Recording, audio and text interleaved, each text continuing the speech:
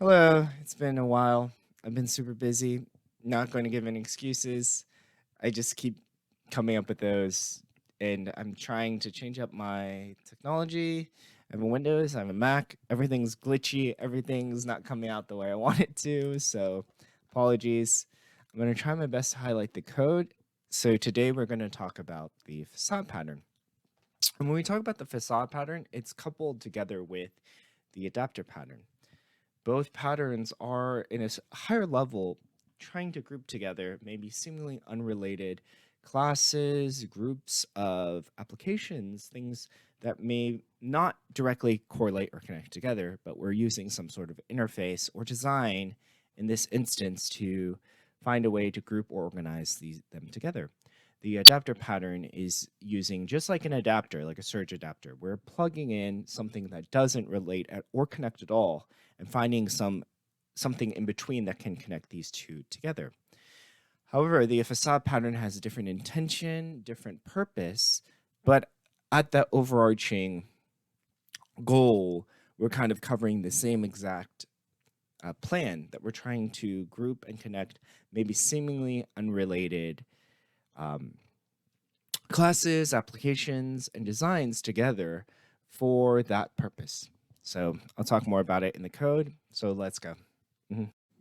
So we're looking at the way that we can implement the facade pattern. I tried to make this as just intuitive as possible. So I decided to work out a calculator. And so we have two different calculators, which are pretty self-explanatory. The first calculator, you get two numbers. You can add them together. You get 3. You can subtract them. You get 3 as well, 4 minus 1. You can multiply them. You get 25. And then if you did 25 divided by 5, you would get 5 as well. The one down here, though, is the one that's going to be a little bit different. And I already have some values I've put in.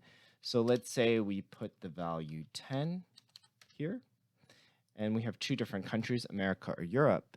We can add those together and we can pretend like this is calculating some tax together. So the total product with the tax would be $12.80. And if I did $10 for the product price and I did Europe, it would just be $12 instead of $10.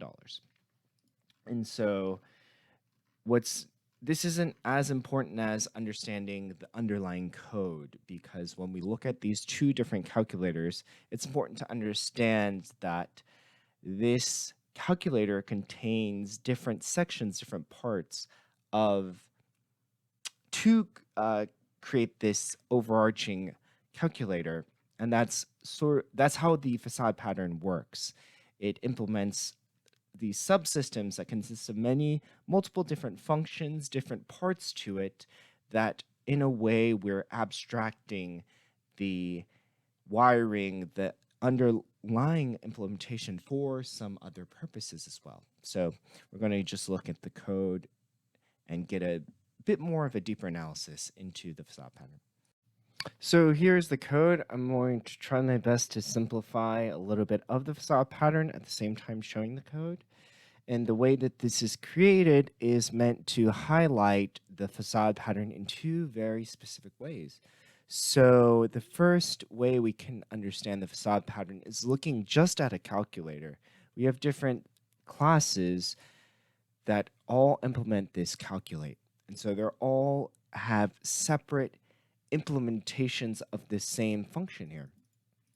So underlyingly, we might add, we might subtract, we might divide, we might multiply, and all together through this facade, we can encapsulate and have all of those different ways that we have created these functions and these kind of subclasses together as one entire subsystem. This is important because sometimes we want to have a way to separate different functions or classes that may interact with multiple different parts of a larger system.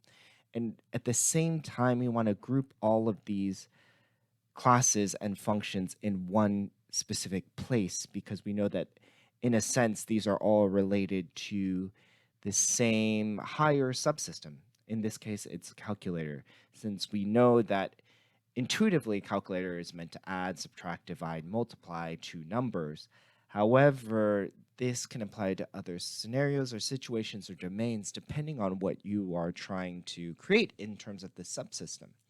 So I think seeing this part is intuitive, understanding that a facade is able to create a subsystem consisting of different functions, classes, and group them all together, because your application or domain may require a lot of these different connections together. Maybe you're needing to add or subtract, so you're able to keep it all in one place.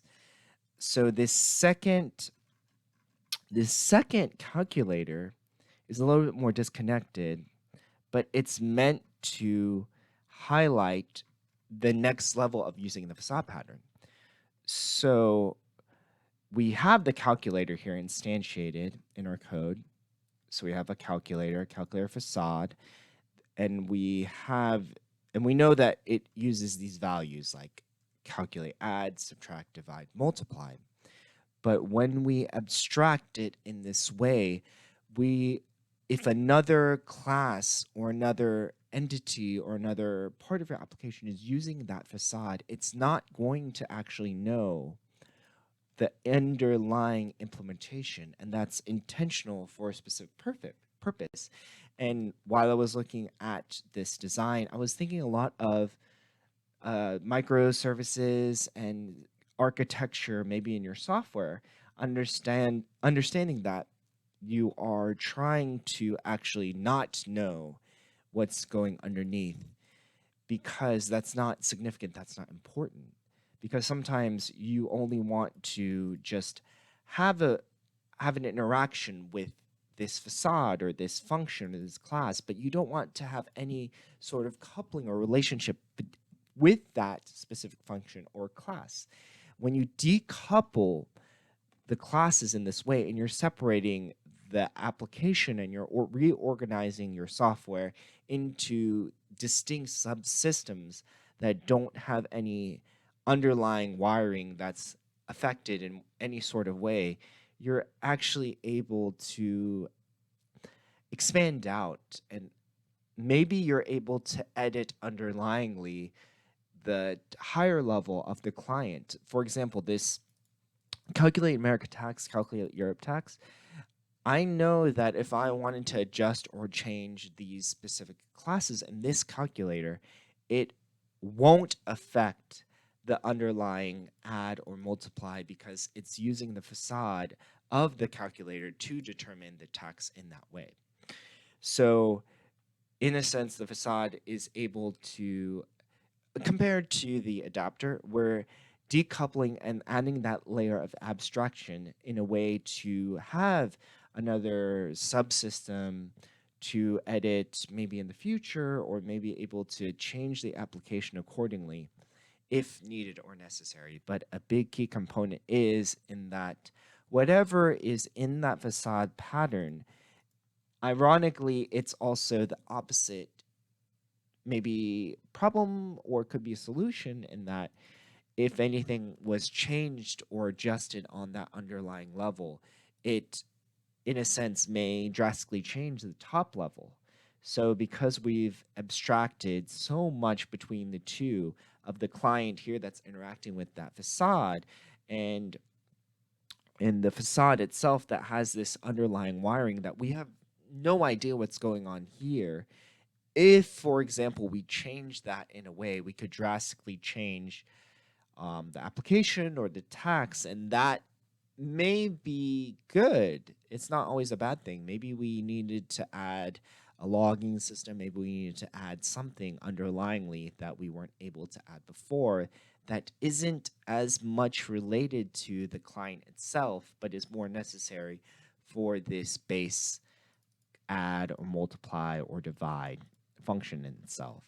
And so I think a big key component of the facade pattern is understanding decoupling, creating these subsystems, and understanding that if we decouple, we are losing the ability to see the underlying implementation, but in a sense, that's exactly what we want. We don't want to know how this is being implemented or what's going on underneath. We just want to be able to use this. And once we have more and more wiring, for example, if we had another case in point, another facade, another part of our application that was interacting with the calculator and the text calculator, maybe more and more of the wiring comes into play and we have more and more of our connections or classes or functions interacting with one another. And just like a server with so many different wires that are coming into play, if we are able to have the facade and interact with only that, we're able to organize and understand where exactly we're going to interact with those specific classes, those specific functions, and organize accordingly in our application. So in a nutshell, just understanding those key concepts, creating a subsystem, creating a decoupling between the client, between those classes, reorganizing our code in a way that you're sort of abstracting the inner implementations can create a more organized, more defined architecture, sort of microservice-y type designs that are able to understand that once your application scales out, you can isolate exactly where you want to redefine or adjust your code accordingly without breaking major parts of the inner workings of your application as they kind of come together, like a spaghetti mixture of wiring. And I think the last thing I want to say is a good example of the facade pattern is just if you've worked with Java, knowing the system out, system on in, all those functions that lie inside of that class, exactly like the facade pattern, looking at scanners, looking at print in line.